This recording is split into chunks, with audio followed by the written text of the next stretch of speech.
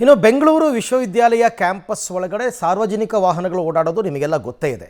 ಈಗ ಇದರಿಂದ ವಿದ್ಯಾರ್ಥಿಗಳಿಗೆ ಸಮಸ್ಯೆ ಆಗ್ತಿದೆ ಅಂತ ಆ ವಾಹನಗಳನ್ನು ನಿರ್ಬಂಧಿಸುವಂತಹ ಚಿಂತನೆ ನಡೆದಿದೆ. ಬೆಂಗಳೂರು ವಿವಿ ಕ್ಯಾಂಪಸ್ಗೆ ಪಬ್ಲಿಕ್ ವಾಹನಗಳಿಗೆ ನಿರ್ಬಂಧ ಅಂತೆ. ಯಾಕೆಂದರೆ ಬೆಂಗಳೂರು ವಿವಿಗೆ ಇದು ದೊಡ್ಡ ಸಮಸ್ಯೆ ಆಗುತ್ತಿದೆ, ಸಾರ್ವಜನಿಕ ವಾಹನಗಳು.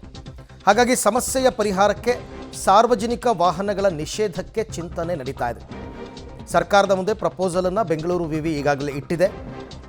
ಒಂದು ವೇಳೆ ಏನಾದರೂ ಸರ್ಕಾರ ಗ್ರೀನ್ ಸಿಗ್ನಲ್ ಕೊಟ್ಟರೆ ಆ ವಿವಿಯ ಗೇಟ್ಗಳು ಈಗ ಕ್ಲೋಸ್ ಆಗುತ್ತೆ. ನೀವು ಈ ನಾಗರಬಾವಿ ಕಡೆಯಿಂದ ಜ್ಞಾನಜ್ಯೋತಿ ಕಡೆ ಒಳಗಡೆಯಿಂದ ಮೈಸೂರು ರೋಡ್ಗೆ ಹೋಗಬೇಕು ಅಂದರೆ ತುಂಬ ಜನ ಈ ಒಳಗಡೆ ರೋಡನ್ನೇ ಬಳಸ್ತಾರೆ. ಯಾಕೆ ವಾಹನಗಳ ನಿರ್ಬಂಧ ಅಂತ ನೋಡೋದಾದರೆ, ಬೆಂಗಳೂರು ವಿವಿ ಕ್ಯಾಂಪಸ್ನಲ್ಲಿ ನಿತ್ಯ ಸಾವಿರಾರು ವಾಹನಗಳು ಓಡಾಡ್ತವೆ, ಪಬ್ಲಿಕ್ ವೆಹಿಕಲ್ಸು, ಗೊತ್ತಿರುವಂಥ ವಿಚಾರ.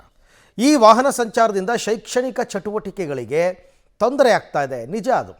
ನಿಮಗೆ ಯೂನಿವರ್ಸಿಟಿ ಕ್ಯಾಂಪಸ್ ಅಂದರೆ ಹೆಂಗಿರಬೇಕು?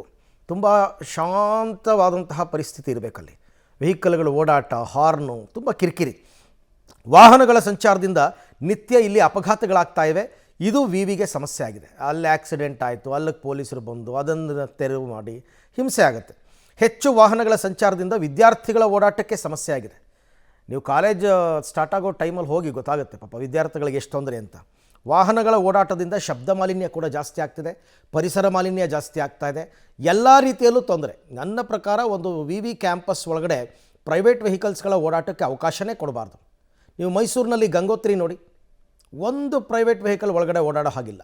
ಎಷ್ಟು ಕೂಲ್ ವೆದರ್ ಇರುತ್ತೆ, ಪರಿಸ್ಥಿತಿ ಇರುತ್ತೆ. ಆ ಥರ ಮಾಡಬೇಕು ಅಂತ ಈಗ ಈ ಚಿಂತನೆ ನಡೆದಿದೆ.